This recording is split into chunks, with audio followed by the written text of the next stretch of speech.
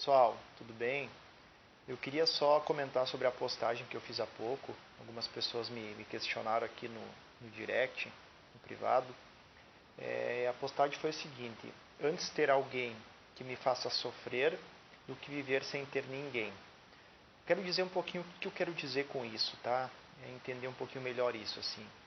Não que eu diga, não que eu estou afirmando para as pessoas que é melhor as pessoas viver com alguém que as faça sofrer do que não ter ninguém. Eu não estou afirmando que isso seja melhor. Eu estou trazendo uma percepção clínica, uma percepção que a gente vê nos nossos pacientes. Porque é muito comum, pessoal, essa questão ser muito mal interpretada quando a gente fala de sofrimento, de pessoas que repetem sofrimentos na vida como um todo. O que acontece? É muito comum, e isso que é o mais incrível, assim, é o mais incrível na clínica, mais emocionante na clínica, mais surpreendente, digamos assim, né?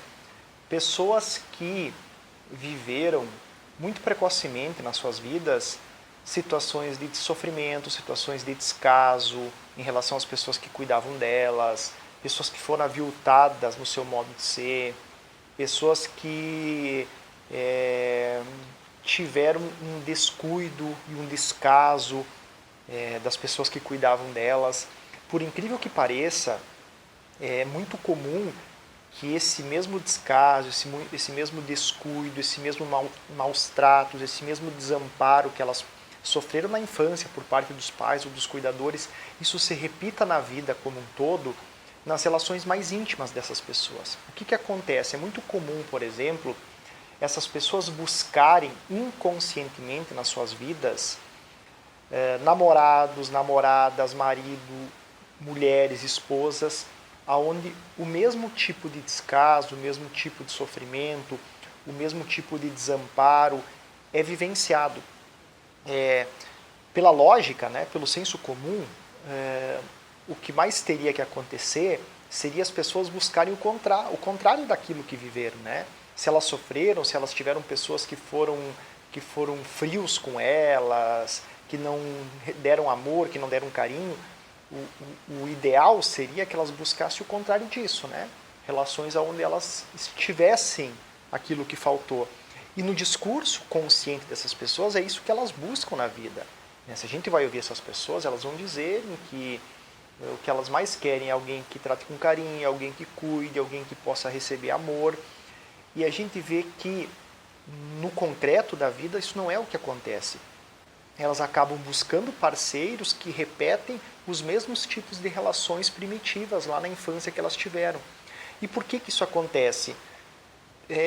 Eu não concordo com muitos colegas ou com muitas linhas psicanalíticas ou com muitas linhas psicológicas que vão dizer que isso é masoquismo. O que é masoquismo? Que é gostar de sofrer, que a pessoa vai em busca do sofrimento, vai em busca daquilo que é ruim para si mesmo, vai em busca daquilo que é mal, daquilo que é danoso. Eu não acredito nisso.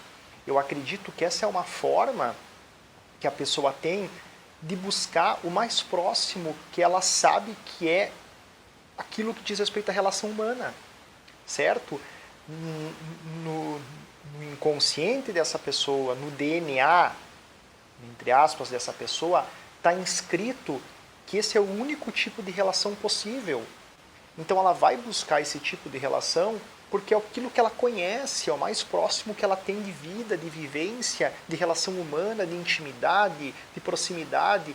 Então, infelizmente, esse é o registro que ela tem dentro dela de relação humana.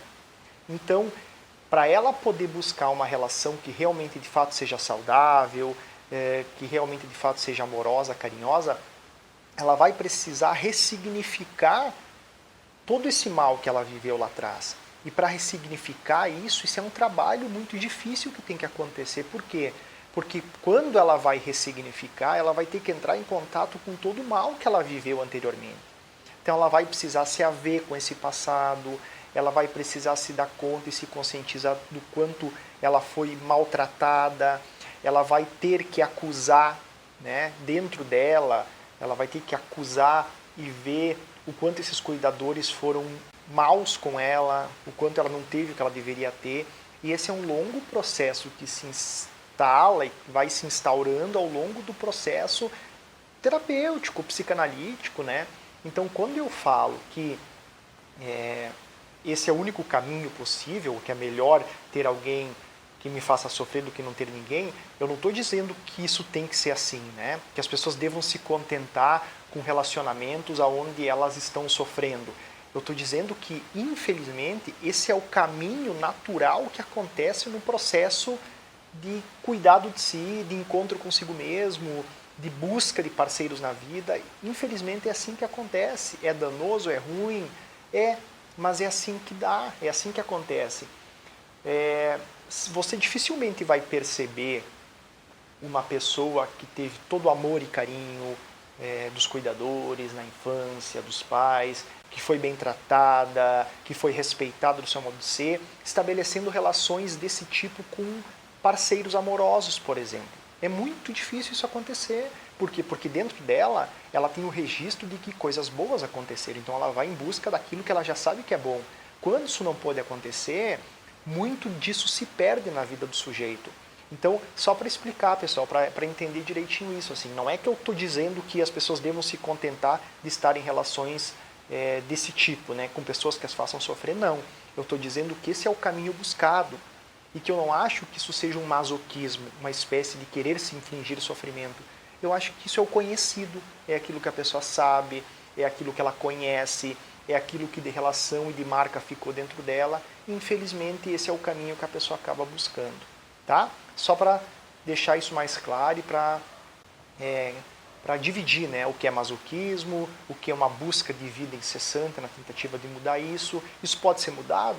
Eu acho que sim, isso pode ser mudado, mas isso depende de um longo trajeto onde a pessoa precisa ressignificar, elaborar essas vivências que foram tão dolorosas para ela. Tá, pessoal? Valeu, obrigado.